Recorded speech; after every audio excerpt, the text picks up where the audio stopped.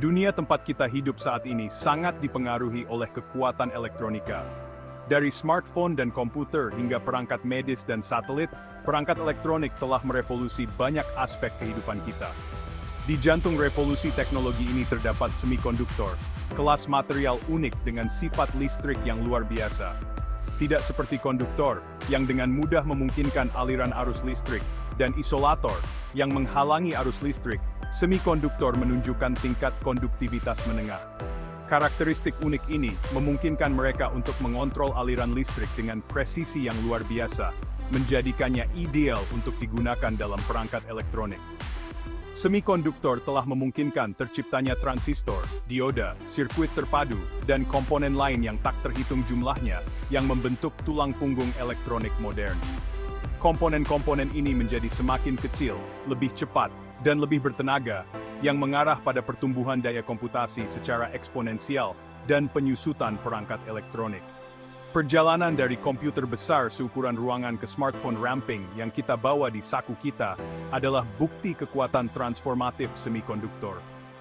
Bidang semikonduktor terus berkembang, dengan para peneliti dan insinyur terus mendorong batas-batas ilmu material dan fabrikasi perangkat. Material baru, dengan sifat yang ditingkatkan sedang dieksplorasi, dan arsitektur perangkat baru sedang dikembangkan untuk semakin memperkecil ukuran elektronik dan meningkatkan kinerjanya.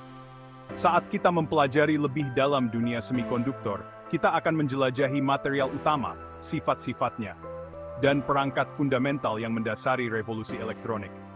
Dari silikon yang ada di mana-mana hingga gallium nitrida yang sedang berkembang dan seterusnya, dunia semikonduktor penuh dengan kemungkinan yang menakjubkan.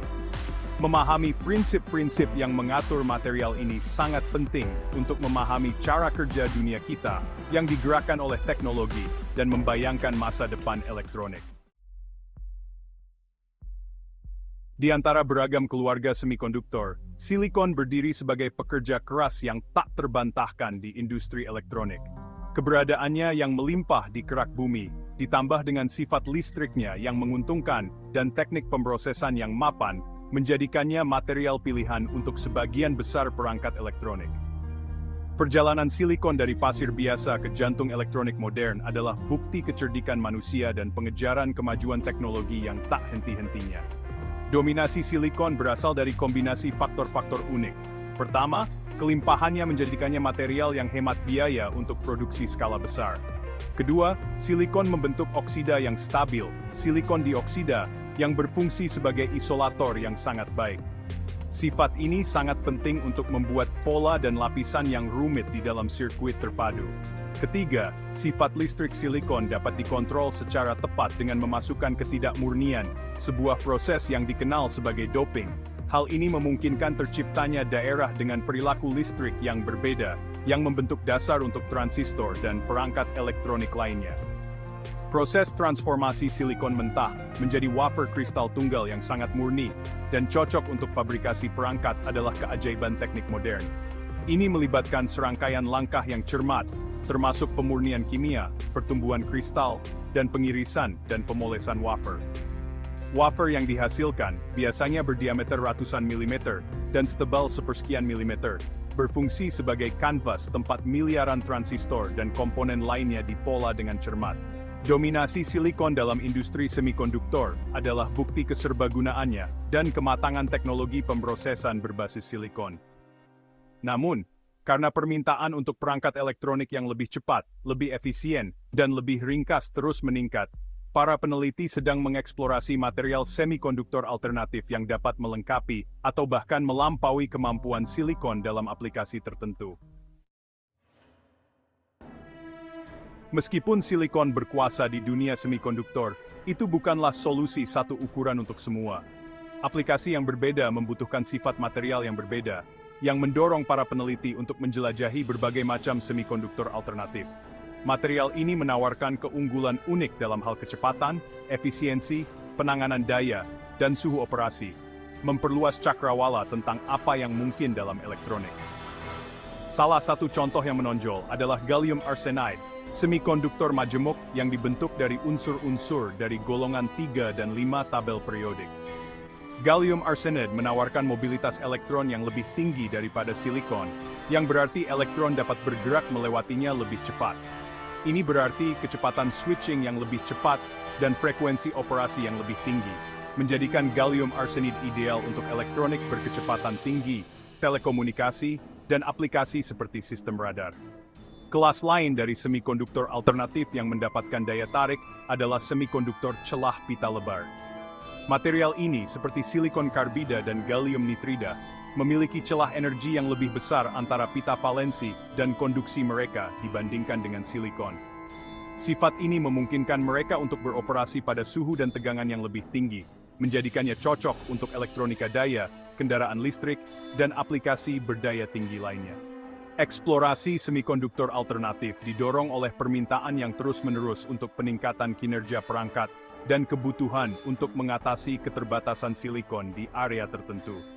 Seiring kemajuan penelitian, kita dapat berharap untuk melihat adopsi material ini yang lebih luas, yang mengarah pada pengembangan perangkat elektronik yang lebih efisien, bertenaga, dan serbaguna.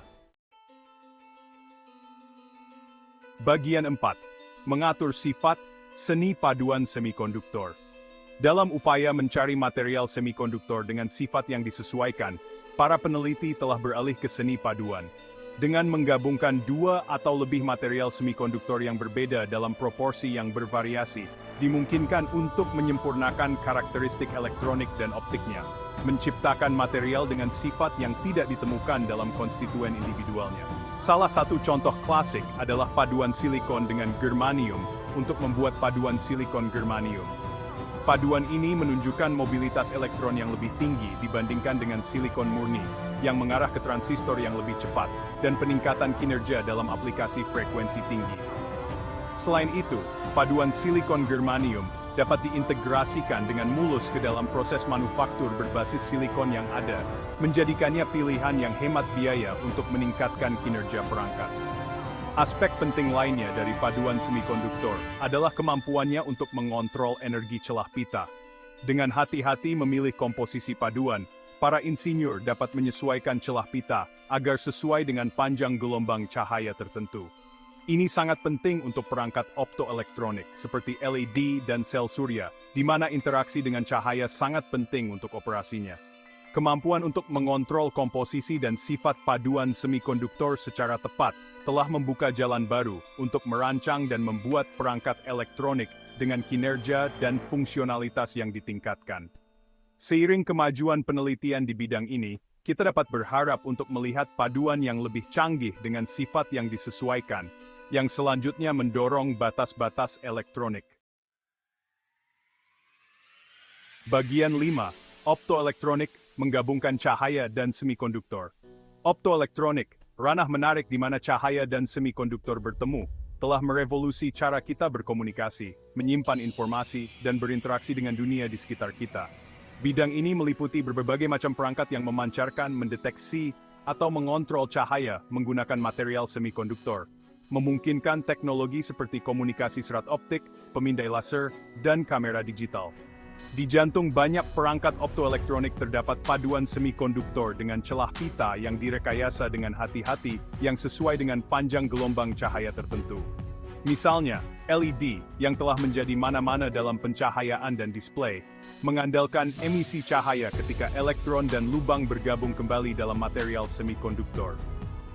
Warna cahaya yang dipancarkan secara langsung ditentukan oleh energi celah pita dari paduan semikonduktor yang digunakan. Fotodetektor, landasan lain dari optoelektronik, beroperasi dengan cara sebaliknya, mengubah cahaya menjadi sinyal listrik. Perangkat ini mengandalkan penyerapan foton dalam material semikonduktor, menghasilkan pasangan elektron lubang yang dapat dideteksi sebagai arus. Fotodetektor menemukan aplikasi di berbagai bidang, termasuk pencitraan, komunikasi optik, dan pemantauan lingkungan. Sinergi antara cahaya dan semikonduktor telah menyebabkan kemajuan luar biasa di berbagai bidang, dari transmisi data berkecepatan tinggi, hingga pencitraan medis, dan seterusnya.